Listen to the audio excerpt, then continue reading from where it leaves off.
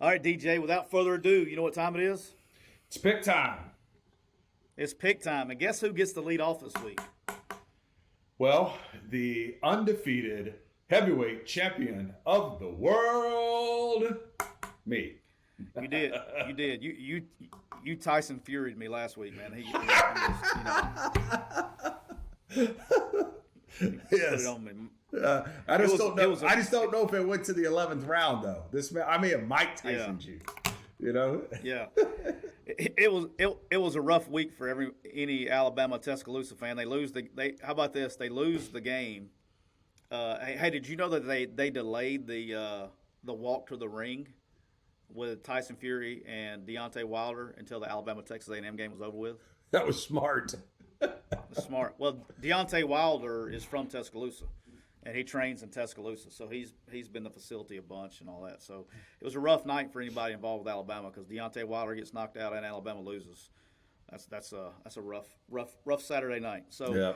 Without further ado, DJ, lead us off. Who you got for your first pick? So after I've seen this in live and in color, I am taking the Kentucky Wildcats at Georgia. Georgia's 22-point favorites, and I think Kentucky's going to keep this game within 22. And you got 22 and a half. You got an 22 and a half. half. 22 and a half. Yeah. And I am taking the Kentucky Wildcats. You know, I'm an honorary Big Blue Nation fan. I've also seen the other side live and in color, and I'm just for this show's case, I'm just not going to pick this game. Yeah. But in my real life, I may be picking this game, but I'm not going to pick it for my picks. But yeah, all kidding aside, though, 22 and a half is a lot of points. I think Vegas is just keeps because Georgia just does nothing but cover. Right. They're going to have a tough time scoring points against Georgia. So it's really, but Kentucky's defense is good too.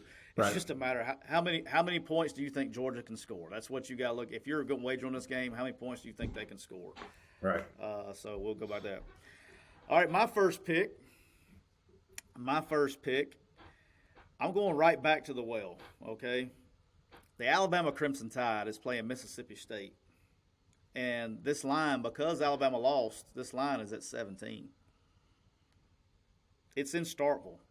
It's not enough, okay? I have been on that staff when we lost the game. I know what's about to occur. There's going to be some pissed-off people. And Nick knows, man, he's got to – now he knows he's got to get – I mean, like, dude, there's a sense of urgency going on in that building right now. And the sleepy giant has been awoken. Poke the bear. The bear's been poked. Poke the bear. The bear's been poked. I feel sorry for anyone that has to play Alabama for the rest of the year. They're going to be nice and pissed off, especially this week. And it's going to be like, oh, you can't play on the road with our cowbells. Okay, I'm just letting you know. And look, I love the state of Mississippi, but I am from Alabama. Alabama will blow them out. Blow them out. Because here's the difference. Everybody's looking at scores. Hey, you know what? Mississippi State went down to Texas A&M and won. Alabama lost.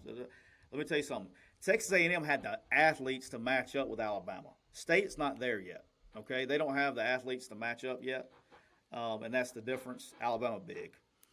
All right, who you got, DJ? Pick two.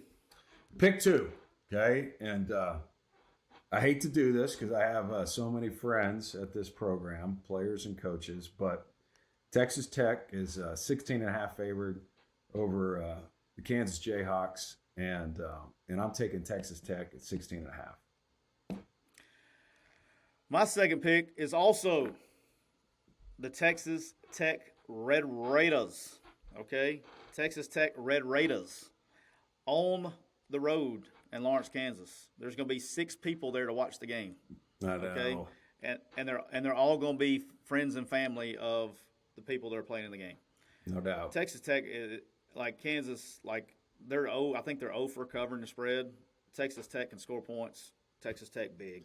Let me just say this too. You know, the funny thing is, I went to Kentucky from Florida State, and then came to Kansas, and one of my friends calls me and says, who do you think you are? You think you're like the basketball school rebuilder or something? I mean, what's your next job going to be? Like, you know what I mean?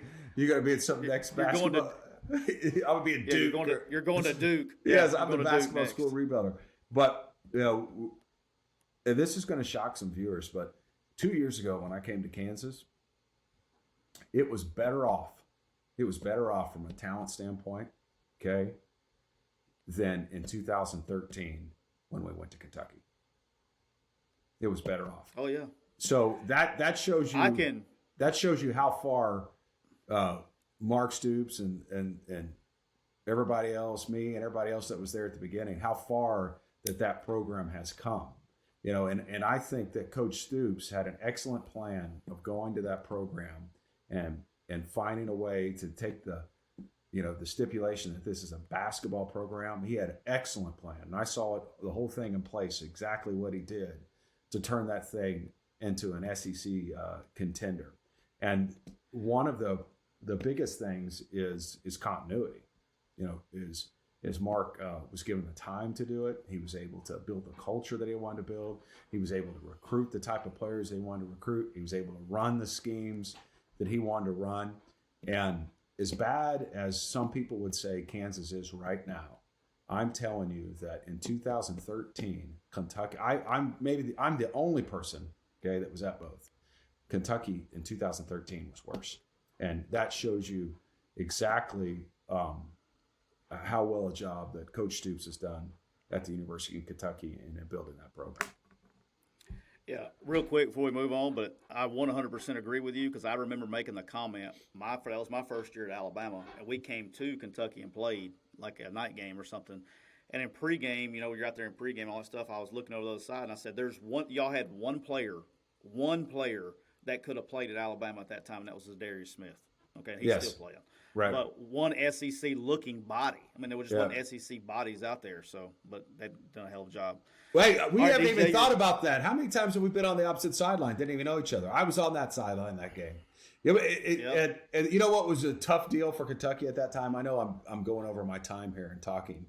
Is, you know, in the SEC, you play from the other division, you play one common opponent, and then the other one rotates. So you're supposed to play the other teams like once every 6 years because there's 7 teams, right?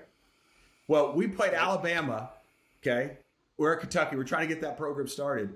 And then the next year they say, okay, we're starting back over. The rotation starts back over from the beginning. And to start back over in the new rotation, you guys get Alabama again. You know, we're like, wait a minute. I thought it was once every 6 years. Well, yeah, we started over. Sorry, man. Rough deal for you guys. Yeah. Congratulations. Yeah, congratulations on that schedule. Gotcha. Yeah, it works. All right, DJ, third pick. Who you got? All right, third pick for me is I have Stanford at Washington. Stanford's given 1. I think Stanford's going to beat them by more than 1 point. Wow. Yeah, I have nothing for you on that one. So I'm going to let you continue to be the Pac-12 expert. I'll take I'm that. I'll take that. I'm asleep by the time they come on. I watch Oregon, and besides that, I have no interest. I'll take it. All right, my third pick. Right? Yep. Nope. Yep. I don't know. Third, fourth pick. I don't know. I'm taking the Nebraska Cornhuskers. Sneaky good football team. I mean, are competing their ass off. They're on the road against Minnesota. That's right. I said Minnesota. Okay, on the road. -2.5. I'm all over this one. Nebraska's a good football team, man. I mean, they had their slip up week 1. Last week, I mean, Michigan's undefeated. They take them to the wire, had a chance to win the game, the whole deal. I mean, the teams that they're sneaky good. Minnesota's not so much. I'm going Nebraska -2.5. Hey, you know what? Right. Nebraska is sneaky. They're sneaky. My next game for me is UCLA at Washington, or UCLA at Washington State. Sorry, UCLA at Washington State, and I'm taking UCLA on this one. Gotcha. Is this your money line pick? That's my money line pick. Yep. All right, UCLA money line. Again, Pac-12. I have nothing for you. All right, this next one is my lock of the week. The Ole Miss Rebels and the Lane train are rolling into Knoxville, the return trip. Okay, I don't know. I wonder if they've smoothed it over by now. Lane is like always trying to win the Tennessee fans back on Twitter. But that first trip back, he was on staff at Alabama when we went back for his first trip back to Knoxville. It wasn't so friendly. He had to have police protection. So not so friendly. But Ole Miss is going into Knoxville favored by 3. And guess what, DJ? It's not enough. Okay? I mean, this game, there's going to be 57,000 possessions in this game. Okay? Because Heupel's going to go as fast as he can. Right. Lebby and Lane are going to go as fast as they can. And it's just going to be – and Ole Miss is just like – Tennessee's getting there, and I think they found a quarterback, but he's not number 2. He's not Matt Corral. Right. So the Heisman Trophy winner is the guy that's going to win the Heisman Trophy is going to be playing quarterback for one team, and this other guy is not a Heisman Trophy winner. I'm going with a Heisman Trophy winner winning by more than 3 points. I think they just outscore them. Somehow they figure out how to get a stop. They both know each other very well, so you're going to have this thing with Lebby being with Heupel and vice versa. So the systems are the same. It's now like last week was the same defensive system. That's what I was going to say. This week is the same offensive system. That's what I was going to say. And so with Tennessee playing a little bit more conventional and Ole Miss playing the defense that's basically built to stop this kind of offense, I'm going with now, regardless, like I know they're probably going to try to run for 300 yards and kind of change what they're doing. But I think Tennessee's really – they beat up on Missouri and they beat up on South Carolina. Congratulations. Okay, this isn't that side coming in. So the talent level is going to step up, especially on offense. I think they just get outscored by more than 3. I don't know. Like the over-under is like 264 on this game. I mean, it really is. It's like 80, 79, 80. Like I almost took the over, but I just don't. I'm not. I went back and I watched Tennessee a couple times. I'm just not. They play fast. I don't know if they can consistently do that. This is going to turn into a game, in my opinion, kind of like the Tulane game, okay, to where Ole Miss is going to get up on them a couple possessions, and they're going to start having to do things and chase points and go for it on 4th and 10 from the 5. I mean, just do crazy stuff, and Ole Miss is going to spread it out over them. So my lock this week, Ole Miss -3. Hey, if you want to see some offensive football, I think that's the game that you need to tune into. Yeah, the game may last. And you hit the nail on the head. Graduated high school. You hit the nail on the head too. Same offense, so it'll be interesting to watch them against each other. All right, my next pick. All right, go ahead. Who you got next? My next pick is Louisiana Tech at Utep. UTEP's getting 7. I'm taking Utep. Miners, how you said that you like to pick a team and roll with them. I'm rolling with UTEP. I mean, they have not done you wrong. They have not done me wrong. So I'm rolling with UTEP. I mean, they're getting 7. The game is at UTEP. And, I know those guys. Those are good coaches there. I think that they have done Dana's in his 3rd year, and he's Bill Snyder, a disciple from Kansas State. He knows how to get a program turned around, and I think they're getting there. All right, my next one is my money line. Okay, and I want to preface this because I didn't see a lot of money lines that I liked. Just to be honest with you, I didn't sit there and go, "Oh man!" I mean, every other week I've been like, I see it. I see where I can find something I like. I really didn't find one I liked. It's a very difficult week to be an underdog and try to win outright. But this one I'm going to go with, and I'm going to make some of our listeners happy with this one. I'm going the Auburn Tigers or underdogs on the road at Arkansas. Okay, Arkansas has been pummeled in the running game the last 2 weeks. All right, Auburn can run the football. Okay, they got the right running backs. I don't think they're great up front, but I don't think they have to be great up front. I think you can. They're schematically. I think you can do some things with, the duo scheme with doubling the downs and getting and really moving the line of scrimmage. I don't think you have to be great to do that. I think that's an effort thing. Because you are talented enough to be a scholarship offensive lineman in the Southeastern Conference. Like, if you can't take 2 guys and move 1 guy, then there's a problem. But I think they're good enough, and with the running backs, I think they can put some stuff on the ground, and run Bo Nix. You know, that's another thing. The kid's athletic. I think they got some scheme with Matt Corral running for 90-something yards the other day. I think they got some things, and he's probably can run a little bit better than Matt. I think Auburn goes on the road. Now look, and wins. I'm going to say that, and I'm going to just bet cautiously with this one. Because my only thing is this. The only thing that I wouldn't say it's a slam. If this was at Auburn, yes, lock it up. But playing in Fayetteville, it's hard to do, man. It's a tough place to play. It just is. I can't. It's like, I don't know. It's like Area 51 or something. They seem to play well at home always. Yeah. I've never been in there and blown out somebody, but if it was even in Little Rock, I'd like it. But if it's in Fayetteville, I don't like it. But whatever. I'm going with them. Auburn money line. Let's go.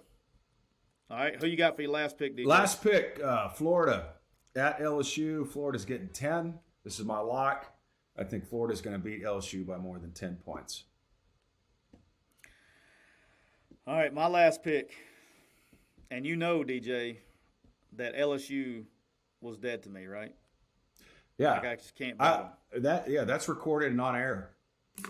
It's recorded on air. But after further review, and since I've been 50-50, what the hell to lose, right?